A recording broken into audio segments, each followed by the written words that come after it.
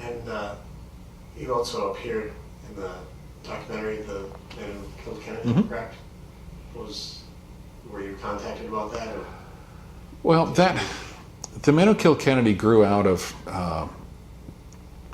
the realization by British television that not only were British subjects, British citizens interested in the Kennedy assassination, but it was coming up on the 25th anniversary of the assassination, and they wanted to do a documentary. They wanted to do a documentary about the conspiracy theories. They hired a producer-director named Nigel Turner, and they gave him a terrific budget. And about 2 years. And Nigel contacted Robert Groden because of his work with the Zapruder film, and told Robert that was there anyone in Dallas whom he knew that he could recommend to assist them with their work. And he said, well, yeah, call Gary Mack. He knows all the films and photographs down there, and he has the contacts. You ought to give him a call. And Nigel did, and he was aware of the Badgeman photograph, which is the blow-up in the Mary Moorman picture, and he wanted to use that. And I told him no, because I just wasn't letting people use it just because it looks like it might be a gunman in the background. But I said, you know, if you can have some scientific study done of this picture, then you can use it for free. Well, he liked that. So we eventually met, and I wound up working for him as a consultant. I was paid for my work on consulting, you know, what films exist. I mean, I basically told him, tell me what event you want to illustrate with stills or moving images, and I can tell you if there is such a thing. So I worked with him that way, and it was a most enjoyable process. But I remember when he first came to town, I told him that I didn't want any secrets. I didn't want to be, you know, sandbagged, as it were, by something goofy in the show. And he said, well, there's one thing we're working on that we're not telling anybody about. And I said, well, then I don't want to be involved. I don't want to be shocked by something. And he said, no, we've got legitimate people working on this, and we've checked it out, and on and on and on. And I said, well, okay.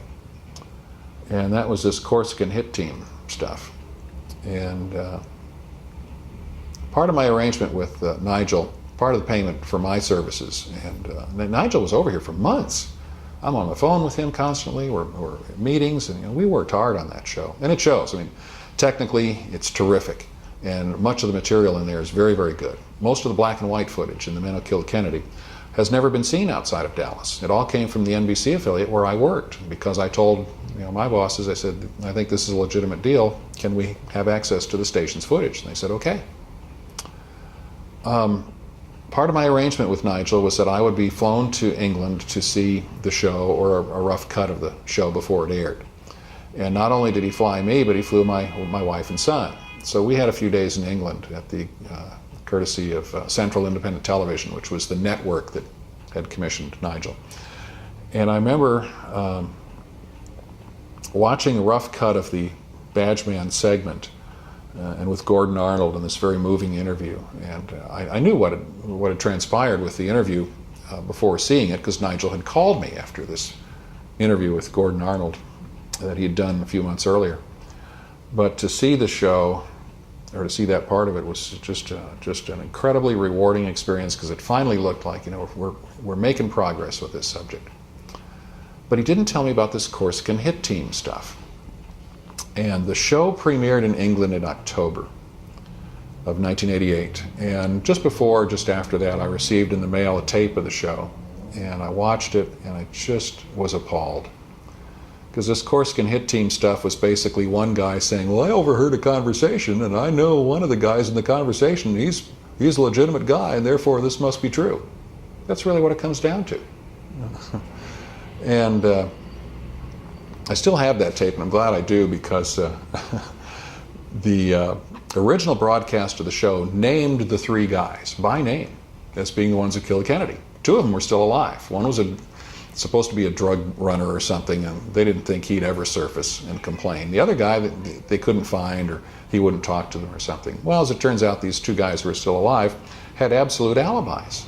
Not only were they not in Dallas, they weren't even in the United States when Kennedy was shot. And one of the two guys, the the legitimate one, hired an attorney and threatened to sue. So they quickly put together an apology kind of show. It ran about half an hour. They taped it in Washington, D.C. Grodin was there. Robert Blakey from the House Committee was there, even though the House Committee had long since gone away, and several others, and they kicked this thing around. But they showed the film interview with this French guy who said, well, I was in the Navy, the French Navy or something, and he held up, here's my documentation that proves it. The paperwork is there. So this Corsican hit team thing just evaporated, as well it should have. It just was not researched properly. What it did was prevent the Men Who Killed Kennedy series from being seen in this country for 3 or 4 years. Because what happened was, the program was a sensation in England initially, and all 3 major networks and PBS over here wanted the rights to the show. But they told Nigel and Central Independent Television that they had to re-edit the Corsican hit team part. You can't name people as being assassins if they aren't assassins. You get sued. Well, the problem for Central was, if they agreed to that, then that's the same thing as admitting we were wrong. And at that point, they weren't admitting that. They were still trying to check out the story. So eventually, as the full story came out that this Corsican hit team stuff was nonsense, everyone else, the networks lost interest. And so finally, it was re-edited. They settled with Central settled with the Corsican guy, and they re-edited that segment and wound up placing it on. I think it aired on the History Channel or A&E in 91. And it's been a staple of the History Channel ever since. I've heard from insiders that for many, many years, it was far and away the most popular program A&E had ever run. And I heard from Nigel, a year after the premiere of the show, that Central had placed that show in syndication in virtually every English-speaking country on the planet. Several 100 million people have seen that show. And, Nigel meant well. I don't have any ill feelings toward the man, but, the Corsican hit team just killed that show. And there's a lot of good stuff in there. Some of it's been disproven since then, but, that was, 15 years ago. And a lot has come out since then. I wish I knew then what I know now about this subject. Very, very complicated subject now. Is it the Men Who Killed Kennedy? They also talk about the whole sewer idea. Well, the sewer theory is in part 6 of the Men Who Killed Kennedy. I was involved in parts 1 and 2 only. Parts 3, 4, and 5, I remember Nigel calling me, asking a couple questions, but my work was essentially in parts 1 and 2. Part 6 was done many years later, like in 95, 96 or something like that. And it's just nonsense. Just nonsense. The sewer theory is ridiculous because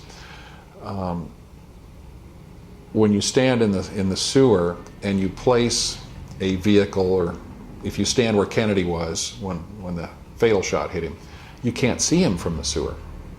He hadn't come down the street far enough. The most you could have seen was the front bumper of the car. And if anyone had bothered to do to study it fairly and accurately, they'd realize that.